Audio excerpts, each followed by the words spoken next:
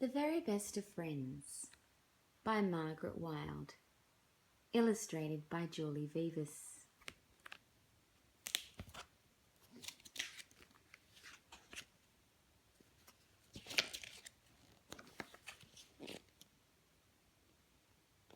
Jessie and James lived on a farm with 50 cattle, 20 chickens, 4 horses, and 3 dogs.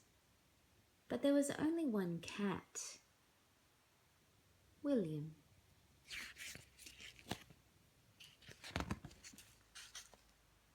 James liked cats, but Jessie didn't. "Cats leave hair on the furniture," Jessie said. "Cats are silly, sooky creatures," Jessie said. "Cats aren't nearly as useful as dogs," she said. Because James loved William so much, Jessie tried to love him too. She always made sure William had a tasty piece of fish and a fresh bowl of milk.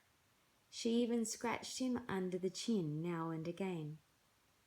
But William knew, deep in his heart, that Jessie didn't love him. Not really. Not like James did.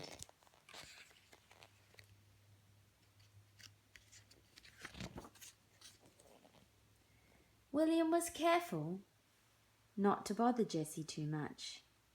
He tried very hard to show her that even cats can be useful. At the front gate there was an old fridge for a letterbox. Every morning William watched the postman put letters in the freezer, junk mail in the meat tray, telegrams in the butter box, and parcels everywhere else. William meowed loudly to let Jessie know that there was mail, but Jessie didn't seem to understand what he was trying to tell her. She just said crossly, "Stop that dreadful caterwauling! Off with you now!"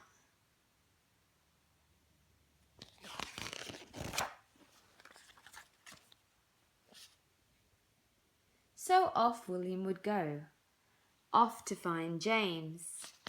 The two of them were the very best of friends.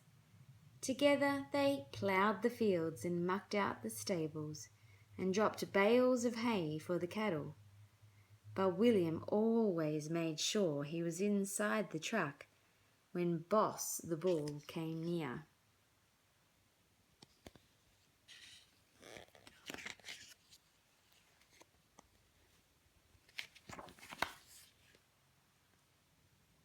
William was very happy inside the house.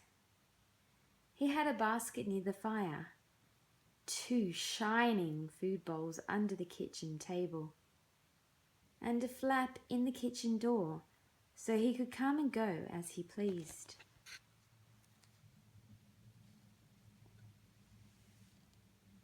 In the evenings, Jessie wrote letters to her 101 pen friends, and James watched TV.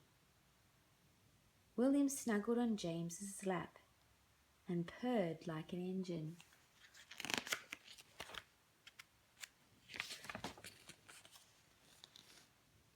And late at night, when Jessie and James were fast asleep, William jumped on the bed and slept on James's feet.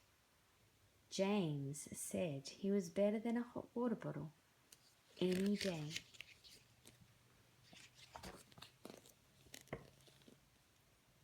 Then one Sunday morning, James died suddenly of a heart attack.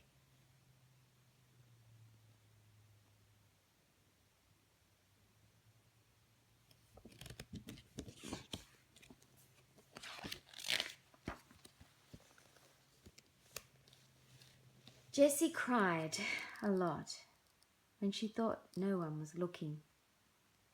And William spent his days lying on the bales of hay in the truck, waiting for James to feed the cattle. Jessie became very quiet and very forgetful. She didn't write any letters. She didn't collect the mail, even though William meowed extra loudly. She didn't keep his bowl full of milk, and she never scratched him under the chin anymore. It was a long time since William had purred like an engine. He tried rubbing his head against Jessie's legs, but she didn't seem to hear him or see him. Instead, she looked straight ahead and said, "The house smells of cat. I think you should stay outside from now on."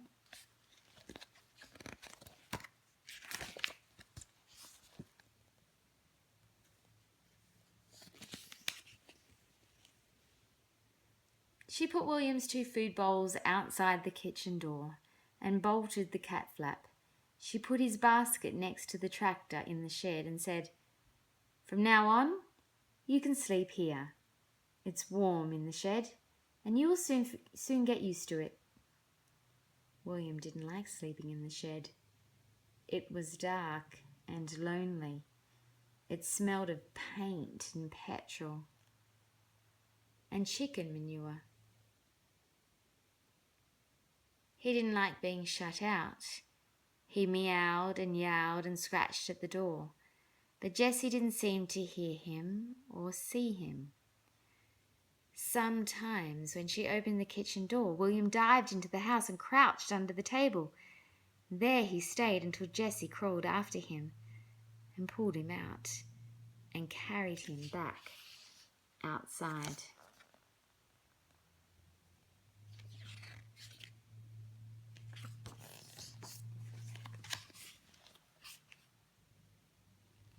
So William chased the chickens and swung on the washing and rolled in the vegetable patch, but Jessie didn't seem to hear him or see him. He tried telling her that the fridge was chock-a-block with mail, but Jessie just closed the windows and drew the curtains and watched TV all day and all night. After a while, William stopped trying to sneak into the house. He stopped meowing, and he stopped watching the postman trying to cram more and more mail into a very full fridge. Instead, he just lay on the bales of hay in the truck and glared at the house with its shut windows and its shut doors.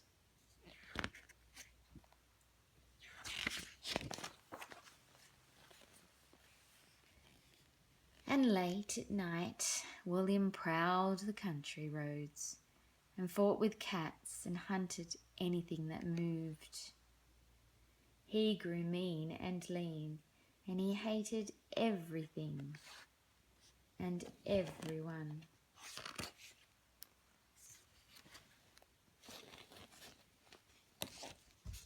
One morning, when Jessie put out his bowl of leftovers as usual, William hissed at her and scratched her on the hand. Jessie cried, "Ouch!" and sucked her hand. She stared at William. "Why did you do that?" she asked. She stared harder at him. William looked mean and lean.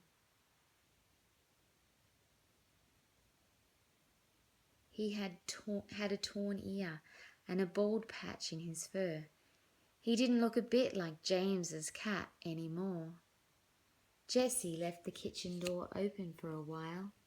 She bathed her hand and put on a band-aid. Then she did 3 things.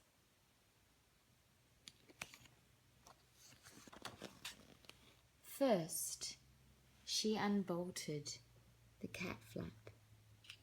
Then She brought in William's 2 grubby food bowls, washed them and put them under the kitchen table.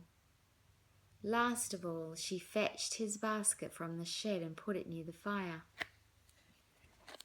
"I'm sorry I've been so mean to you," said Jessie, "but I think I'm better now.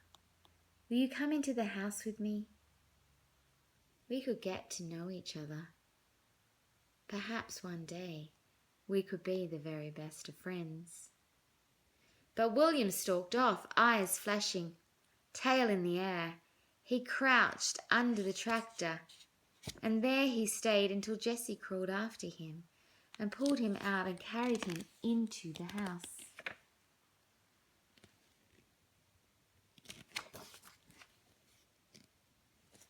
So now, in the mornings, William watches the postman put letters in the freezer, junk mail in the meat tray, telegrams in the butter box, and parcels everywhere else. He meows loudly to let Jessie know there is mail. Jessie says he is a very useful cat and always lets him help unwrap the parcels. Then he and Jessie plough the fields and muck out the stables and drop the bales of hay for the cattle. And both of them make sure they are inside the truck when Boss the Bull comes near. In the evenings, while Jessie writes letters, William snuggles beside her and purrs like an engine.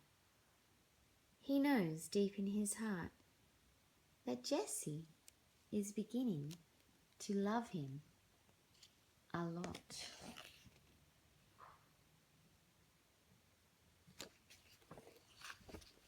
And late at night, when Jessie is fast asleep, William jumps onto the bed and sleeps on her feet. Jessie says he is better than bed socks any day.